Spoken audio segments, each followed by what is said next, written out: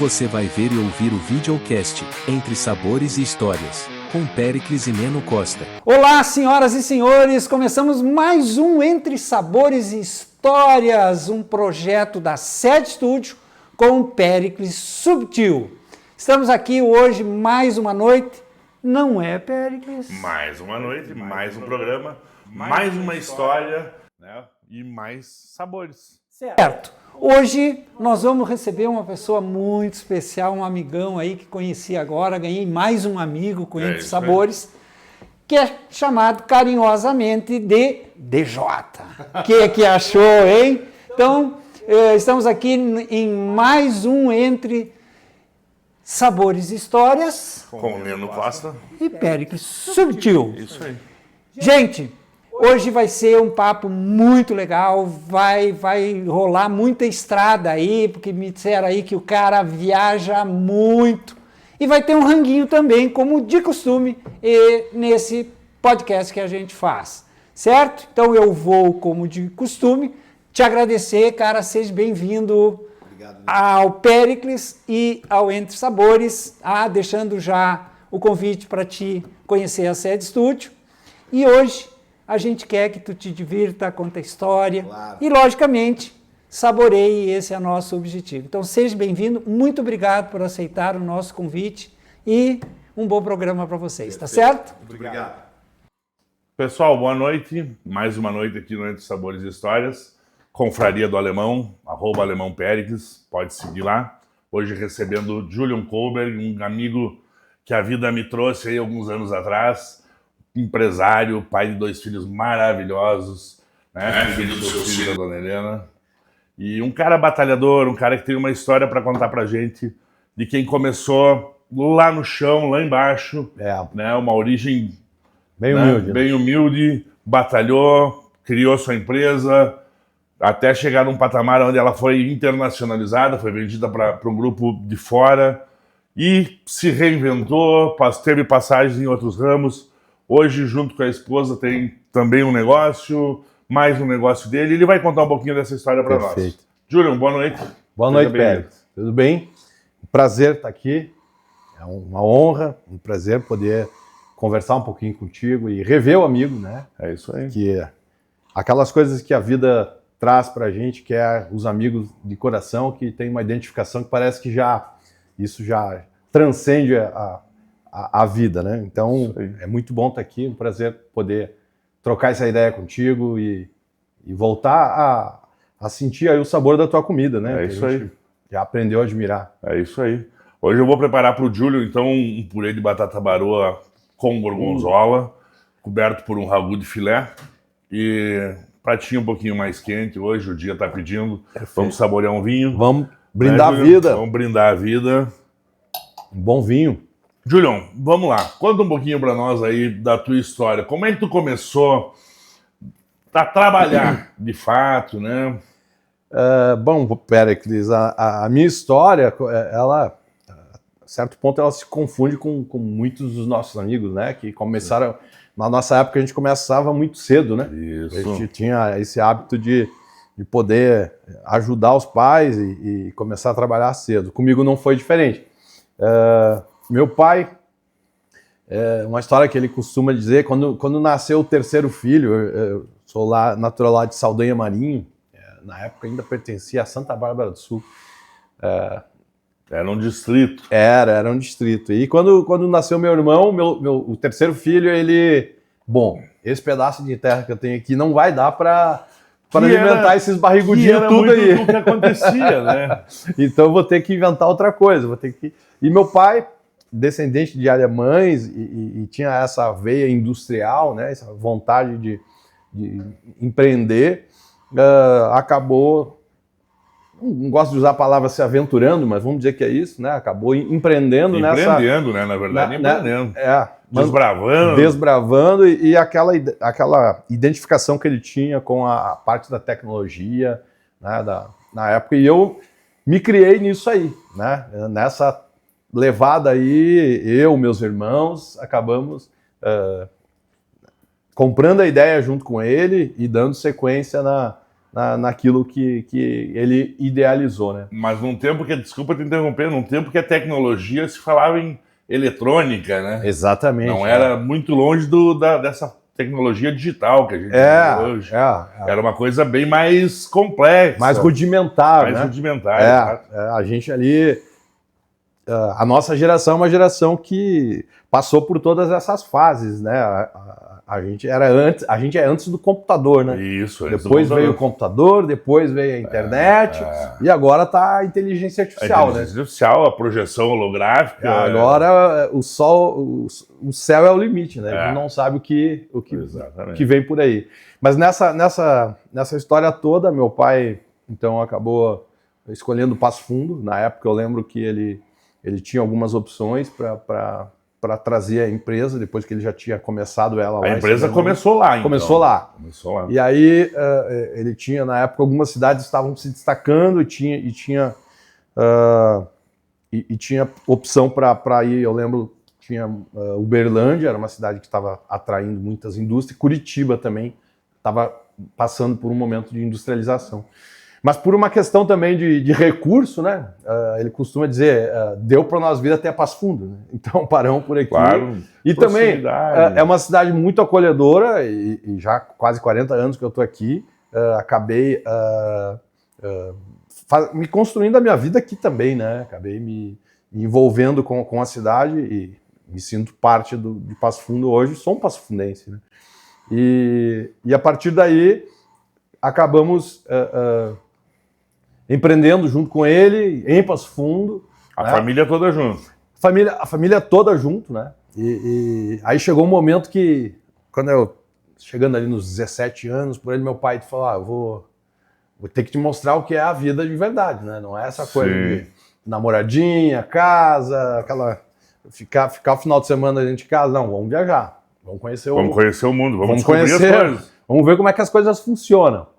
Cara, e aí meu pai tem uma veia comercial muito forte, né? Embora o que sobressai é a questão inventiva e criação, mas a veia comercial é algo que até hoje ele ainda se identifica muito.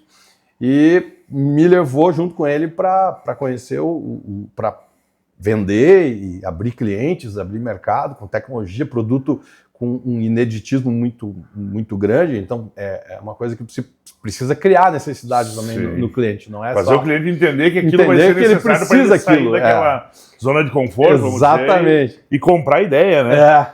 Então, aí começamos cedo aí na lida, vamos dizer, né? Viajar e viajava com ele Brasil afora. Fomos várias vezes, aí passei 2 anos praticamente viajando.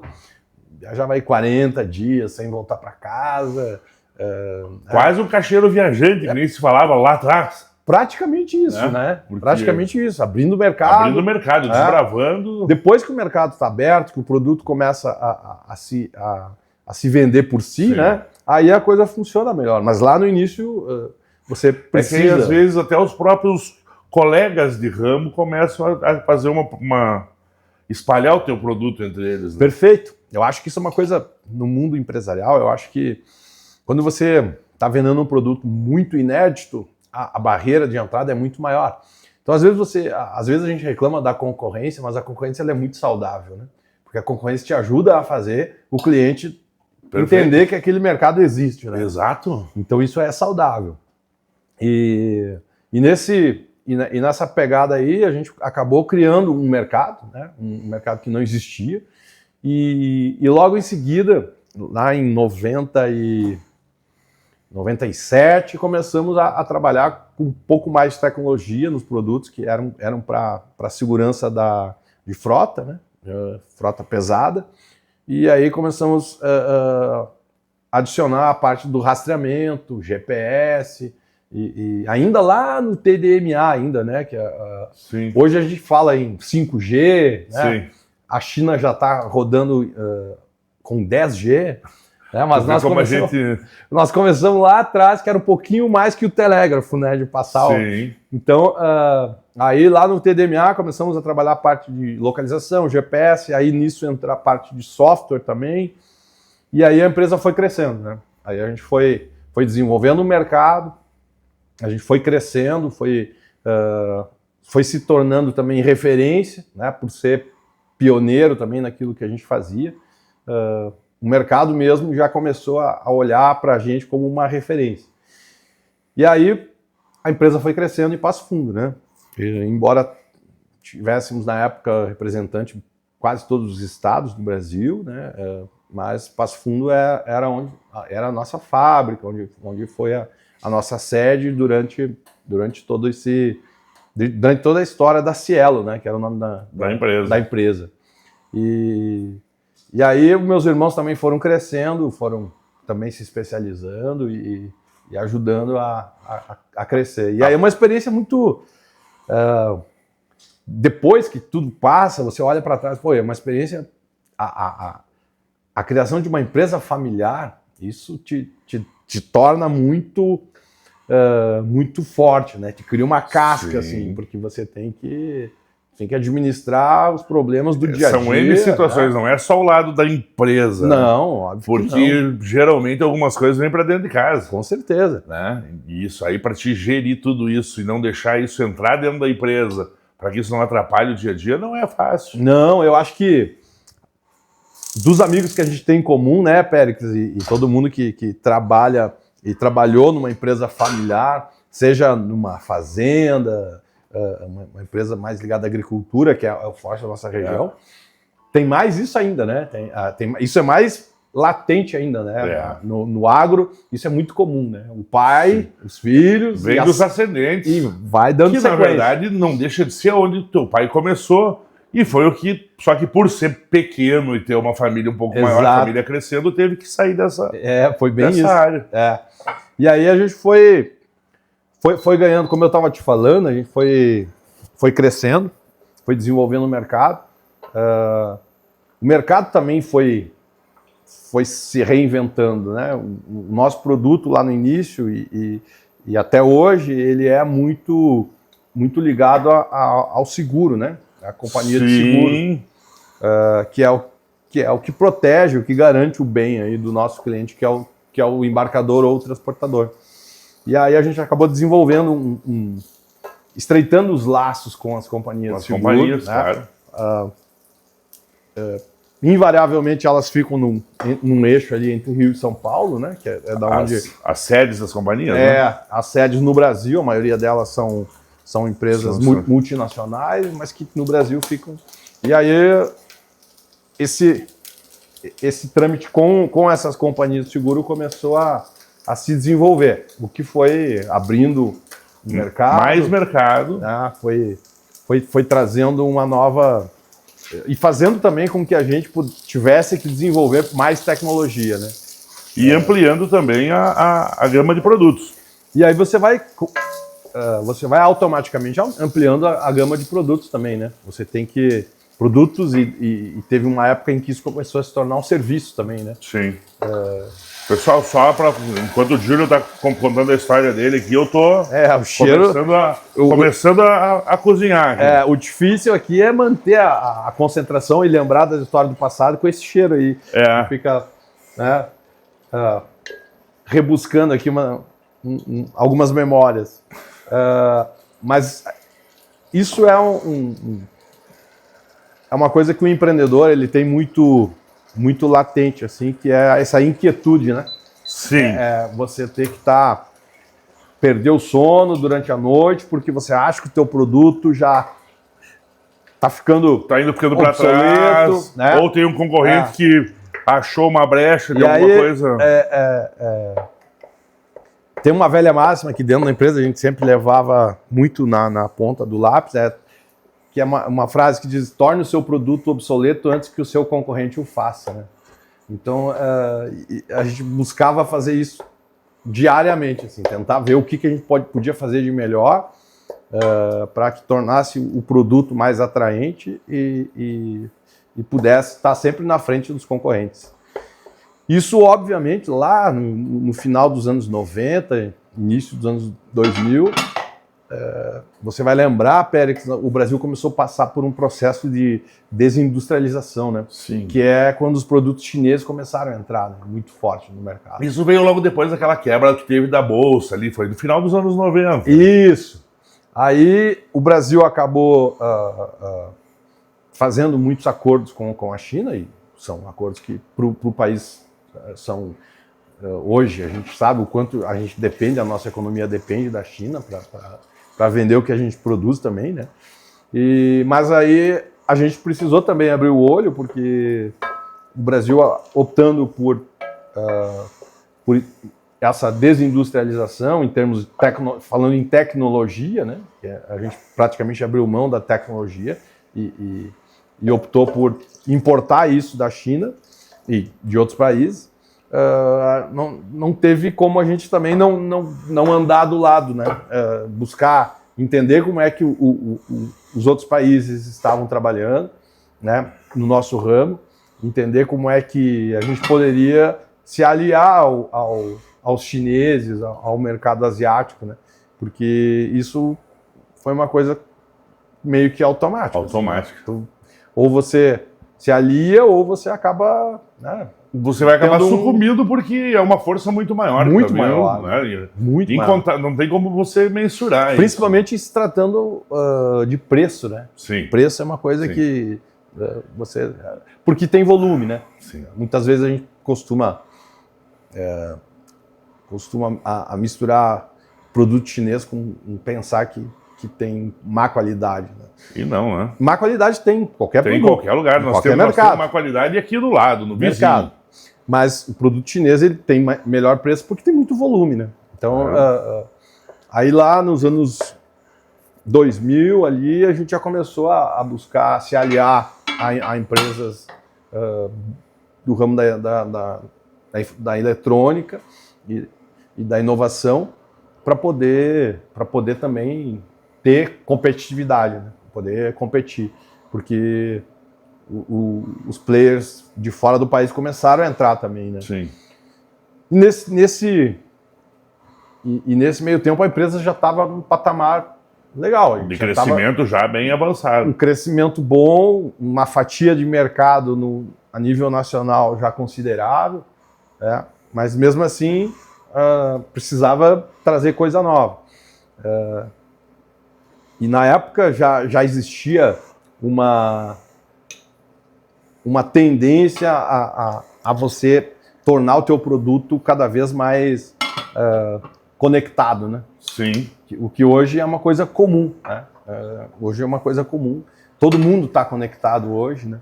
Mas na época a gente começou a trazer os primeiros hardwares de telemetria, né? Você trazer dados do teu veículo para você fazer uma gestão diferente. Né? Para você saber de uma forma mais leiga, para você saber por onde está andando o teu... Você saber consumo, né? No início é saber onde está, né? É uma coisa natural.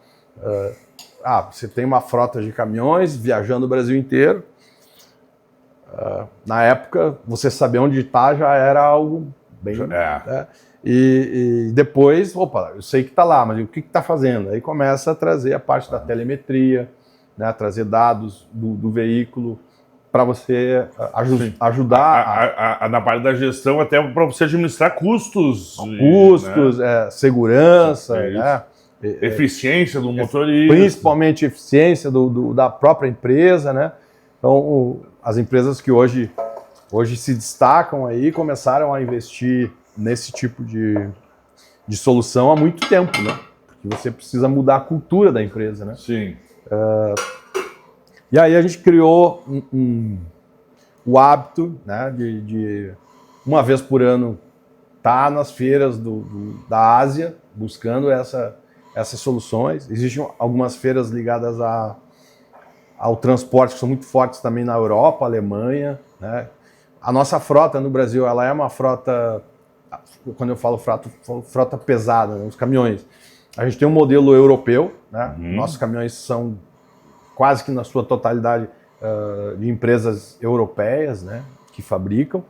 Então, a gente participou de muitas feiras na Europa também, para ficar sempre ligado naquilo que estava sendo projetado pelos próprios fabricantes de caminhões. E aí também trazendo essa solução um pouco mais conectada, né? Sim. Que é o que a gente chama de telemetria. Isso fez com que a gente tivesse um diferencial considerável no mercado, né? Se mantivesse sempre numa crista da onda, Numa posição destacada. Embora, com o passar do tempo, outras empresas tenham surgido e com aporte financeiro muito forte, em número de veículos cresceram muito, mas fazendo a diferença, fazendo a coisa funcionar de uma forma um pouco mais eficiente, eram poucas. Então a gente conseguiu ganhar um destaque, né? E conseguiu crescer. Grandes players aí como clientes nesse passar do tempo, né? A gente entendeu. Teve uma passagem muito interessante que eu costumo falar, quem me conhece já tá enjoado de ouvir a história. Mas teve uma vez que eu tive numa missão. É uma história assim, a gente conseguiu fazer um projeto que foi aprovado no FINEP, que é uma financiadora de estudos e projetos, que é ligada ao BNDES. E fiz amigos lá e fui convidado para participar de uma missão em Taiwan, Hong Kong e China. Que isso, desculpa te interromper, mas claro. Isso também foi uma das coisas que o crescimento te trouxe, foi viajar ao mundo, né? Só fazendo um adendo, como tu está contando aí, isso foi uma das coisas que veio junto, que começou lá atrás com o teu pai, e assim que vocês continuaram se destacando e trazendo coisas novas. Essa inquietude do meu pai, ele já está no DNA, né? Sim, tá no sangue. Vamos buscar coisa nova, vamos viajar, vamos... E eu e meu irmão tínhamos feito a primeira ida para a China. Aí quando a gente voltou, eu pensei, mais uns 3 ou 4 anos eu tenho que estar lá de novo para me manter atualizado. Voltei em outubro, em fevereiro, março, recebi o convite do pessoal do FINEP, BNDES, para participar de uma missão na China, como eu falei, China, Hong Kong e Taiwan, representando o Brasil, e nós iríamos como uma das empresas da iniciativa privada, iríamos mais o governo e os bancos. Aí foi difícil convencer o meu pai, mas vocês voltaram de lá agora, querem ir para lá de novo. Mas eu acho que é importante a gente estar junto com o pessoal, vai abrir umas portas um pouco maiores, né, do que você ir sozinho. Claro. Aí acabei indo, né, nessa missão e a gente foi recebido em Taiwan pelo presidente do Instituto de Pesquisa de Taiwan. E na época, eu lembro até hoje, o número na época, Taiwan, nesse instituto, ele tinha 600 mil pesquisadores. Já é gente, né? Eram 200 mil pessoas em Taiwan e 400 mil pessoas do Instituto mundo afora, né? Ele tinha muita gente dos Estados Unidos e Europa pesquisando. Então, se investe muito em pesquisa, né? Hoje a gente fala de inteligência artificial, fala de uma série de coisas, mas, cara, isso está sendo pesquisado há muito tempo para chegar no que é hoje. E numa dessas, num jantar que a gente teve com esse pessoal, sentou do meu lado uma senhora taiwanesa que era vice-presidente desse instituto. E aí, jantando, e ela me pediu, e você, o que você faz? Aí o pessoal se apresentou, o banco, o governo. Eu tenho uma indústria, eu tenho uma empresa no Brasil. Legal, empresa de quê? Tecnologia. Aí ela olhou para mim, tecnologia? No Brasil? No Brasil? Sim, a gente fabrica equipamentos que embarca nos caminhões, rastreadores. Desenvolve esses equipamentos. Desenvolve, não só fabrica. Claro. Aí ela olhou para mim assim, botou a mão na minha perna. Não. No Brasil, não. No Brasil, não. Você está errado. Você tem que fazer isso aqui. Não. Eu pensei, mas... Cara, eu viajei tanto para vir ouvir isso aqui, né? Sim. Aí ela... Não, isso a gente sabe fazer. Sim. Aí ela falou, vocês sabem, vocês têm agricultura, vocês têm minério, vocês têm proteína animal. Mas tecnologia... Tecnologia, não. Cara, aquilo me bateu forte, assim, porra. Será que eu vim de lá até aqui para ouvir isso, cara? né? Me tirou o sono muito tempo, assim. E demorou para cair a ficha para entender a mensagem que aquela senhora estava me passando, né, Pérez? Aí eu voltei, conversei com meu pai. Cara, talvez eu não tenha entendido, mas eu acho que ela tá certa. Até então, na época, a gente investia muito no nosso comercial, enfim, em visitar os transportadores, né? Sim. E quando eu refleti em cima do que ela tinha falado, entendi, cara, eu preciso focar naquilo que o Brasil é forte. Se o Brasil é forte em proteína animal, se o Brasil é forte no agro, são esses caras que geram riqueza e exportam para eles.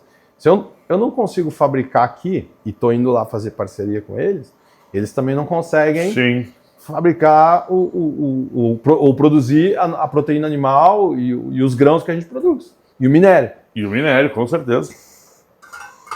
Aí, conversando com meu pai, vamos voltar um foco, vamos criar dentro da empresa uma vertical para negociar com esses mercados que o Brasil é forte. Botar foco na proteína animal, botar foco no agro, porque tudo que é produzido precisa ser transportado para poder chegar Exato. no porto E cada vez com a tecnologia avançando mais. avançando mais. E aí nós criamos uma vertical dentro da empresa voltada para isso. Cara, nós vamos se especializar naquilo que o Brasil exporta, né? Naquilo que a gente é bom. E acabamos, a partir daí, ao invés de ter como objetivo principal o transportador, a gente acabou botando foco no embarcador, que era o dono Sim. da carga.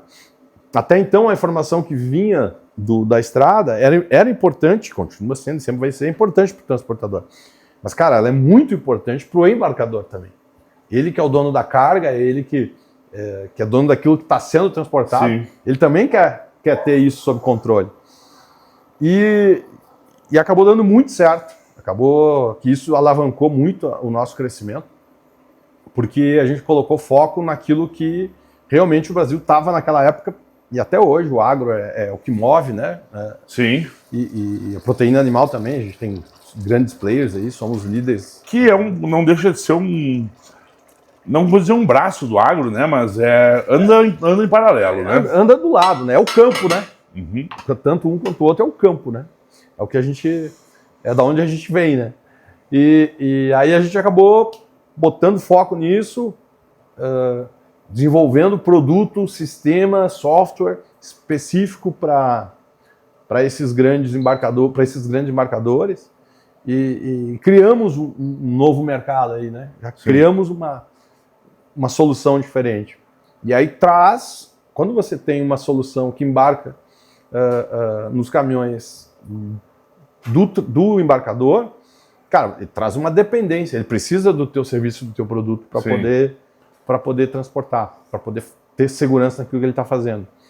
Em cima disso, a gente conseguiu desenvolver anos de crescimento e fomos criando outras empresas dentro do grupo, né? Sim. A gente acabou dividindo a parte da indústria com a parte de software e aí em 2016, final de 2015, a gente foi procurado por né, é o que o mercado chama de advisor, né, que é um representante de uma multinacional. Aí ele chegou, marcou uma reunião e meus filhos já estavam crescendo, né, Pérez? Conhece Sim. o Demo e a Julie, né? Então, Mas só um pouquinho, agora eu vou te interromper. Vou te interromper porque o Neno tá nervoso comigo lá e eu não quis interromper o assunto até aqui, mas essa história toda que tu estava me contando, ela começou entre sabores, porque foi num jantar lá em Taiwan, né? Então ela começou entre sabores. E, gente, no YouTube você encontra o canal do Entre Sabores e Histórias. Se inscreva lá, assista os nossos vídeos. Hoje no episódio 5 aqui com o Julian Colbert, né? Curta o nosso canal, se inscreva. E agora eu estou avançando aqui nos sabores de hoje. Enquanto o Julian continua, vai contar o próximo passo da história dele, que eu interrompi ele agora, né? Só para falar para vocês um pouquinho mais do canal. Mas, gente, agora o Julian vai contar um próximo passo. Ele estava começando a falar para nós um tombo que a vida deu, né, Julian? A vida, e aí em 2016, né? Você estava contando? Exato. Que foi mais ou menos quando a gente se conheceu. Né? Foi. 2015, por aí. Isso. Eu te conheci mais ou menos nessa transição. Que foi um tombo da vida, uma virada de chave. Aí, exato. Né? Vamos adiante, conta pra nós como é que foi essa busca aí desse grupo. Aí foi uma situação em que o mercado, a minha família crescendo, né? E o mercado já também vários concorrentes. Tal. Eu estava buscando novos áreas e eu estava abrindo o mercado norte-americano. Estava indo para os Estados Unidos, levando o nosso produto para lá. Estava com equipe lá e tal. E aí, no final de 15, a gente foi procurado por esse advisor. Eles tinham feito um mapeamento no mercado nacional, escolhido, não me lembro se foram 6 ou 7 empresas, para tentar aproximar mais. E aí o meu pai me chamou, vamos conversar. Aí ele falou, cara, eu acho que veio dele isso, né? Eu acho que está na hora. Eu acho que tá ficando grande o negócio, eu também tô ficando cansado. Viveu um pouquinho mais da família. Eu acho que a gente deveria avançar um pouco mais, ouvir o que eles têm de proposta. Aí voltei para o Brasil, vamos conversar com os caras. E, bom, acabou que era uma empresa israelense, era uma líder do setor, na época, né? E Israel também é um país que na parte tecnológica... Muito forte, muito avançado, né? Muito forte. A gente sabe pouco da história deles, né? se fala muito pouco aqui, né? Mas é um país que está voando, né? Muito forte. Na época, então, a tecnologia em Israel, eles investem muito em pesquisa e principalmente nessa questão ligada à geolocalização. Sim. Né? E aí, como era uma empresa grande, eles viram o Brasil como um mercado muito grande e a gente quer comprar uma plataforma, uma carteira de clientes de uma empresa que já exista, porque começar do zero tem um período, né, para você chegar. E aí a gente acabou trocando informações e entramos nessa negociação que demorou 1 ano, né? E acabamos fechando a venda da empresa, né, da prestação do serviço. Lá no final de 16 ali, a gente acabou achando que, por se tratar de uma empresa familiar, achando que, cara, é uma missão cumprida também, né? O meu pai tinha esse desejo também de virar uma página, né? De passar o bastão, né? Nesse sentido. E aí a gente acabou fazendo a venda da empresa em 2016. Bom, a partir dali, eu entrei, tanto eu quanto meu pai, minha irmã, a gente entrou num processo de se tornar diretor por um período. Né? Isso fez parte da negociação. Fez parte da negociação. Para fazer essa transição. Confesso que não foi fácil para nenhum dos três. A gente tinha contrato de 4 anos, o que ficou mais tempo ficou 8 meses. E a gente acabou... É uma transição muito... Você sair de uma empresa familiar e ir para uma multinacional e não... A gente acabou saindo e seguindo cada um... A sua carreira, né? Na época, a gente entrou num período de 5 anos do que o mercado chama de no compete, né? Isso a gente tinha assinado lá na venda da empresa. Eu preciso de 5 anos sem competir com aquilo que eu fazia, né? Então, tanto eu quanto qualquer membro da família, por 5 anos, não podia voltar a fazer o que a gente... Voltar para esse mercado. Não podia.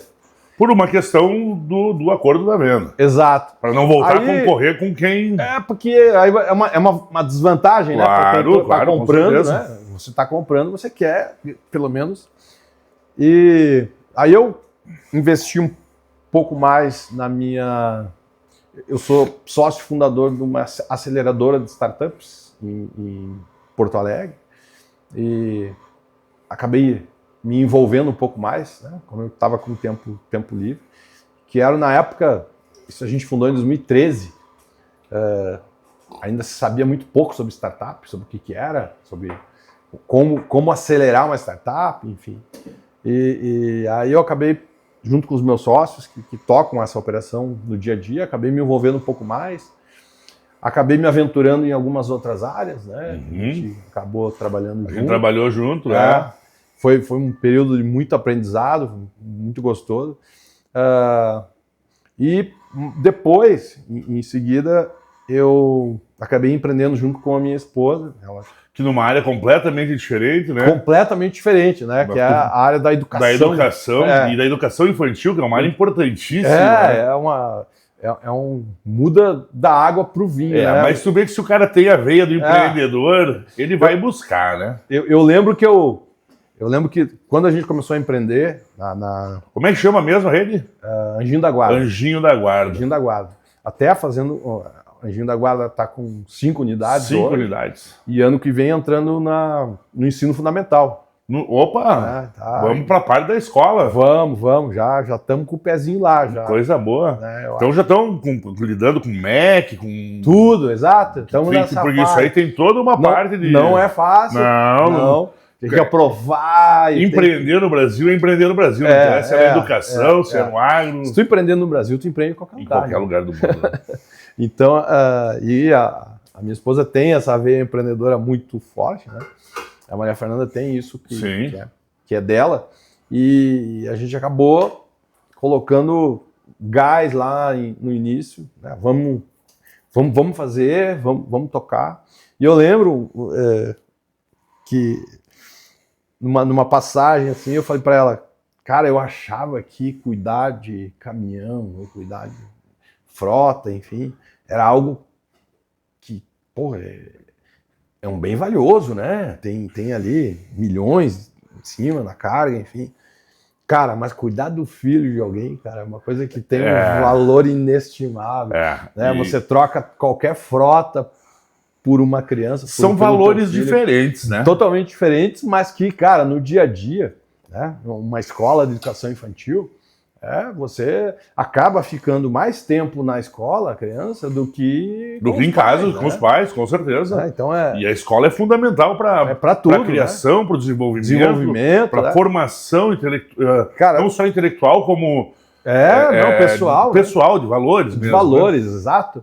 E isso a gente vê assim, nos feedbacks que a escola recebe diariamente assim, dos pais, né? Porque os pais não fazem isso porque querem. Eu acho que todo mundo, se pudesse, gostaria de passar o dia todo com o seu filho, né? Só que a vida está mais agitada. A vida é muito agitada, né, Péricles? A gente vive hoje, diferente talvez do que era lá no passado, né? Tanto o pai quanto a mãe hoje se preocupam em colocar dinheiro para dentro de casa. Né? Então, antigamente as mães ainda ficavam em casa, né? Cuidavam dos filhos. Hoje não, hoje a mãe acaba de ter o filho, 3, 4 meses, já volta para o mercado de trabalho. Isso quando fica esse tempo. E isso quando fica. Porque às vezes não tem nem essa opção, né? Dependendo do que, né? Então, a escola acaba ocupando, né, um espaço muito importante dentro do seio familiar, né? Que é levar para a criança também, que você acabou de falar, que são os valores, né? Sim. Que é aquilo que realmente os pais se identificam como... É onde, né? Claro, a primeira criação da gente é dentro de casa, mas a segunda, imediatamente, a lembrança já vem automática. Na escola infantil, na pré-escola, no jardim de infância, no maternal, né? É isso aí. Então, me envolvi muito também com isso, né? Eu aprendi muito. Hoje gosto muito disso, eu acho que é muito prazeroso, né? Você, Maria Fernanda mesmo, né, que tá aí com 30 anos, né, de estrada, nessa caminhada, né? Aí às vezes ela encontra uns caras grandão aí, maior que nós aí, foi meu aluno esse menino aqui. Caramba, o tempo passa, mas é prazeroso. Não, a satisfação disso ela deve ser diferente, né? É muito diferente. Então é uma coisa que eu tenho feito com ela, empreendido nesse ramo, mas também é uma coisa muito, muito de coração, assim, que ela faz isso. Sabe a questão da vocação? Sim, perfeito. Né? Às vezes você faz as coisas porque você gosta de fazer, às vezes você faz porque dá dinheiro, e tem coisas que você faz porque tem vocação para fazer. Claro. Assim E se você puder unir e ganhar dinheiro com isso? E óbvio, né? Se você tem a veia empreendedora, você vai dar um jeito de fazer isso dar certo. Ou se junta com ela, foi um casamento exato. uniu essas coisas. Ela tem isso, porque ela faz essa parte mais prática, o dia a dia. Ela tem a visão da escola, né? Sim, ela administra a escola, os professores. E tu faz a parte de gestão ou tu tá só como um sócio? Na verdade, Pérez, eu faço mais nas escolas, eu entro mais com a parte estratégica, né? Sim. Olhar, como você acabou de falar, vamos para a área do ensino fundamental? Cara, qual é o caminho para chegar lá, né? Tem aprovações, uma série de coisas para fazer, vamos por aí. Então, é nesse sentido, eu auxilio ela, né, a tomada de decisão, é na hora do vinho que a gente faz as reuniões, né? Então, e é uma hora boa, né? Porque é uma hora que tu acaba relaxando, descontraindo. Senta e troca ideia. Vou acrescentar um cogumelozinho Paris aqui, para dar um saborzinho aqui. Tá bonito esse negócio. Tá bem encaminhado já. Tá muito bem encaminhado. Parabéns. Mas siga lá. Bom, enfim, essa questão das escolas é uma coisa que a gente pretende continuar crescendo, né? Hoje a gente está com 5 unidades em Passo Fundo. Agora vem o ensino fundamental e a ideia é expandir também. A gente já está olhando para o mercado fora de Passo Fundo, né? Nesse passar do tempo, eu acabei voltando para o meu ramo, passou o no compete. Pois aí tu voltou, né? Voltei. Isso aí vai começar uma outra história. Aí é mais um capítulo. Né? Mais um capítulo. Tu vê que essa história, esse jovem é jovem ainda, né? Obrigado. Mas com bastante estrada, com bastante vivência. Vivência. E isso aí é a essência do Histórias e Sabores, entre histórias e sabores, entre sabores e histórias, entre sabores e histórias no YouTube. Entra lá no nosso canal, se inscreve. Hoje aqui com o Julian Colbert, contando mais um capítulo da história dele. Julian, por favor. Legal. Então, Pérez, passado esse tempo de no compete aí, né, você acaba, embora você tente muitas vezes, vou fazer outra coisa, mas existe tem algumas coisas que estão em você, né? Puxam, né? Tá no DNA. É o que está acontecendo comigo hoje. Claro, dentro de uma variação do ramo, mas eu estou voltando para o ramo de entretenimento. Exatamente. Né? Tem algumas coisas que elas estão em você. Você muda o jeito de fazer, mas você acaba tendo aquilo. Voltando a tua essência está ali, né? A tua essência está ali. Então, eu acabei voltando para esse ramo. Aí o Damon também já tá formado e tal, e está comigo, ele trabalha comigo hoje. E acabei voltando para essa área da tecnologia. Em que ano foi isso? Voltei em 21. 21. Então, hoje mas no mesmo foco da empresa passada, ou já em tecnologias mais novas? Mais avançadas mais avançadas. Né? Tecnologias um pouco mais avançadas, entendendo melhor o mercado, sabendo como é que ele funciona. A gente voltou em 2021. Hoje a gente tem uma empresa em Porto Alegre chamada Baita Tecnologia. Que é uma empresa também que tu vai contar para nós em seguida, na sequência aí, que também não foi fácil essa sequência aí, também teve um percalço grande aí no caminho. Vamos falar um pouquinho dessa parte aí. Eu acho que assim... Porque o empresário, as pessoas acham que às vezes quando tu chega num patamar é só alegria, né? Não tem, né? Mas quando tu tem um problema, a proporção dele, exato, ela é gigantesca, porque tem muita gente que depende de você. E o empreendedor, ele tem por costume botar a régua cada vez mais alta, né? Então ele vai... Sim, ele começa a buscar sempre mais. Sempre mais, né? E a Baita, ela nasceu... Como é que é o nome? Desculpa. Baita. Baita nome. Baita nome, ó. Então chama-se Baita Tecnologia. Então ela nasceu dessa necessidade do mercado, porque quando o meu no compete acabou vencendo, ou acabando, eu olhei para o mercado e disse, cara, tem muito projeto que eu tinha na gaveta e que se eu tivesse continuado na Cielo eu teria feito. E que quem assumiu não... E que o mercado não fez, né? Não colocou em prática. Eu disse, cara, eu tenho vontade de fazer, e aí a gente foi desenhando isso e acabei voltando para fazer aquilo que eu achei que deveria ser feito. E coisas de quem conhecia o mercado de uma vida, né? E a vantagem que você acha que tem na verdade tem, é você ter vivência já no ramo, né? Claro. Tem uma bagagem aí que só você tem. Então voltamos em 2021, e aí tenho muitos amigos na capital e acabei, eu participo de um grupo lá de empreendedores que se reúne uma vez por mês lá em Porto Alegre para troca de experiências. E na época um dos meus amigos estava idealizando o que... Enquanto tu vai falando, eu vou me encaminhar para ir finalizando o nosso prato. Eu tô de olho aqui. Não, mas vai lá, vai contando para nós. Então aí, eles criaram lá em Porto Alegre o Instituto Caldeira, que é dentro de onde funcionou muito tempo as indústrias Renner. As indústrias Renner, verdade. Isso, ali no Navegantes. Navegantes. Quem conhece Porto Alegre sabe muito bem onde fica, né? Isso. Cara, que é hoje uma referência mundial em termos de inovação, né? Várias indústrias, várias empresas gaúchas acabaram investindo para criar esse instituto, porque o que é inovação, né? A inovação é você fazer a coisa de um jeito diferente. Você não precisa, não necessariamente inventar alguma coisa, mas você pode fazer. O próprio telefone, quando se criou-se o smartphone, o iPhone, por exemplo, ele já existia o smartphone, ele só se tornou de uma forma diferente de fazer. Então, a inovação, muitas vezes, quando você vai inovar dentro daquilo que você faz, se a tua área de inovação ela está dentro da tua empresa, ela acaba, e isso não sou eu que estou dizendo, os grandes pensadores, o teu dia a dia da tua indústria, da tua empresa, ele acaba sucumbindo com a área de inovação. Então, se você tem um engenheiro que você contratou para ele fazer inovação, o teu dia a dia, a produção vai sugar de alguma forma essa energia desse engenheiro e trazer para dentro do dia a dia da empresa, e aí ele não sobra tempo para inovar. Então, no Instituto de Inovação, você leva a área pensante da empresa para lá, para pensar realmente fora da caixa, né? fora da casinha. Então, o Instituto Caldeira ele é hoje um principal instituto de inovação do sul do Brasil, e o que acabou atraindo muitas empresas, né, que inovam, né, e que pensam em inovação.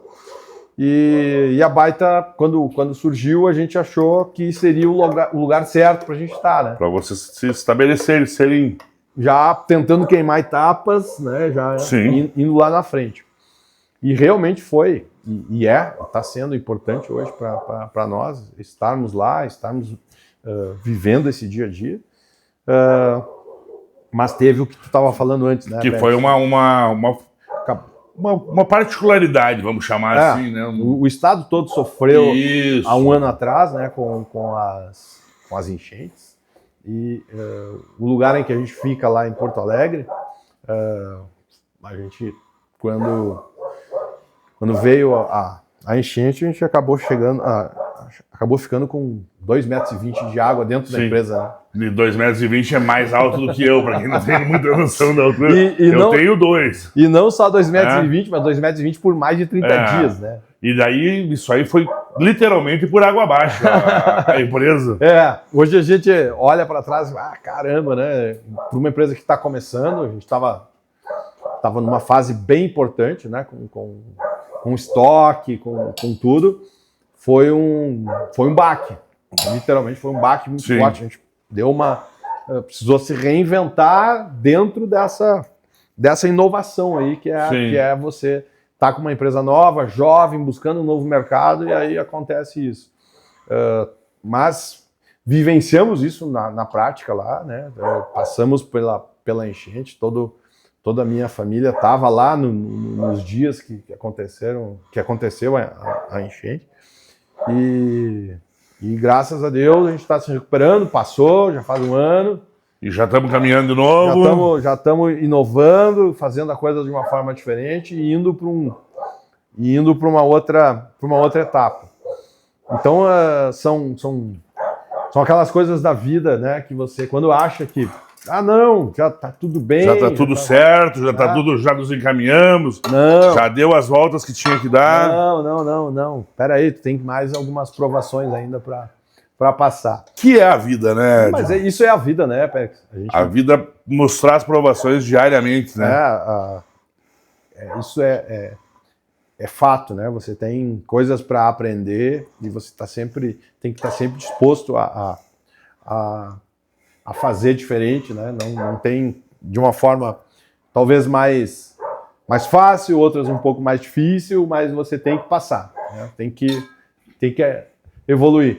E a Baita tá crescendo, a gente está ganhando mercado, né? Trazendo um produto com uma tecnologia inovadora e esperamos ter mais uma história de sucesso aí.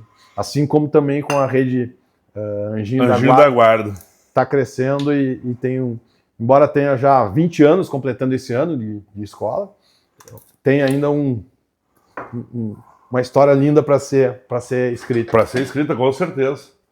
Gente, mais uma vez aqui para vocês, Entre Sabores e Histórias, enquanto eu estou finalizando o prato aqui, a gente recebendo Julian Kohlberg, um grande amigo, uma pessoa extraordinária, um batalhador, um vencedor, pai de família, empresário, empreendedor, já foi lá em cima, já foi lá embaixo, já voltou, né? Correu o mundo e hoje está aí, né? E ainda incentivando outras empresas. Com certeza, né? Com certeza. A parte da aceleradora é isso, né? É isso aí. Incentivar. Julião, Entre Sabores e Histórias, foi um prazerzaço, está sendo um prazerzaço te receber. Gostaria que tu fizesse considerações finais agora. Eu estou finalizando o nosso purê de batata baroa com ragu de filé e a gente vai jantar em seguida. Por gentileza, o que tu achou? Conta para nós. O Neno está chegando aqui. Na hora da comida o Neno vem. O Neno tem fome. Conta para nós, Julião. Faça considerações. Cara, Pérez, é muito bom te ver. É muito bom poder falar um pouco aí sobre a história, né? Sobre como as coisas acontecem na vida. Eu acho que esse é o intuito do programa, né? Poder falar de verdade, do fundo do coração, aquilo que a gente faz e que toca, né? E que transforma. Você também um baita empreendedor aí. Quem conhece Passo Fundo conhece o Péricles, né? Sabe da importância que ele tem aí para a área do entretenimento, né? E da gastronomia. Olha aí, isso aí. Um mestre da gastronomia. É um grande prazer poder estar aqui, poder rever vocês aqui, poder participar desse programa que só pessoas realmente diferenciadas e importantes têm aparecido aqui. E você é um cara muito bem relacionado, né, Péricles? Eu tenho certeza que... Com certeza. Que todo mundo que está aqui está muito orgulhoso de poder ter sido, como eu também, ter sido convidado para fazer parte. Isso é uma coisa que o Neno e eu temos um certo orgulho, assim, da gente conhecer bastante gente, a gente ser bem relacionado, e a gente escolheu a dedo as pessoas botarem aqui, né? Com certeza, dedão. E não são 10, né? Não esqueça disso. São 30, né? São 30. Tenho certeza. Não. O sucesso vem e isso aqui é uma sementinha que está sendo plantada para... a gente está começando. A gente está engateando. Logo a gente vai estar vendendo esse projeto aí para os israelenses e a gente vai chegar nesse patamar. Tirando as brincadeiras, gente, Neno, vamos provar, vamos finalizar. Primeiro. Os nossos recados. O que tu vai servir pro TJ hoje? Vamos lá. É um purê de batata baroa, no creme com... Vamos mostrar, né? Só que é um purê que ele é um pouquinho incomum, ele leva um gorgonzola junto do purê, com ragu de filé e cogumelo Paris, decorado com folhas de rúcula. Muito bem. Segundo, inscrevam-se no canal Entre Sabores e Histórias com... Neno Costa e Péricles Subtil, certo? Aqui hoje recebendo o nosso amigo carinhosamente conhecido como DJ, né? Julião, vamos lá, vamos provar. Vamos provar. Prazerzaço. E dessa maneira, vamos encerrando mais um Entre Sabores e Histórias com... Neno Costa. Não, agora tu tinha que falar bem, Subtil. Gente, obrigado. Boa noite. Eu só chego na hora do rango. Mas eu assisti tudo, baita história, não percam esse episódio. Que episódio fantástico. Sensacional. Tchau. Obrigado, gente. Boa noite. E assim encerramos este incrível episódio do Entre Sabores e Histórias, com Péricles e Neno Costa. Não esqueçam de nos seguir nas redes sociais, compartilhar este videocast com os amigos, e ajude a espalhar essas histórias e sabores pelo mundo. Até a próxima!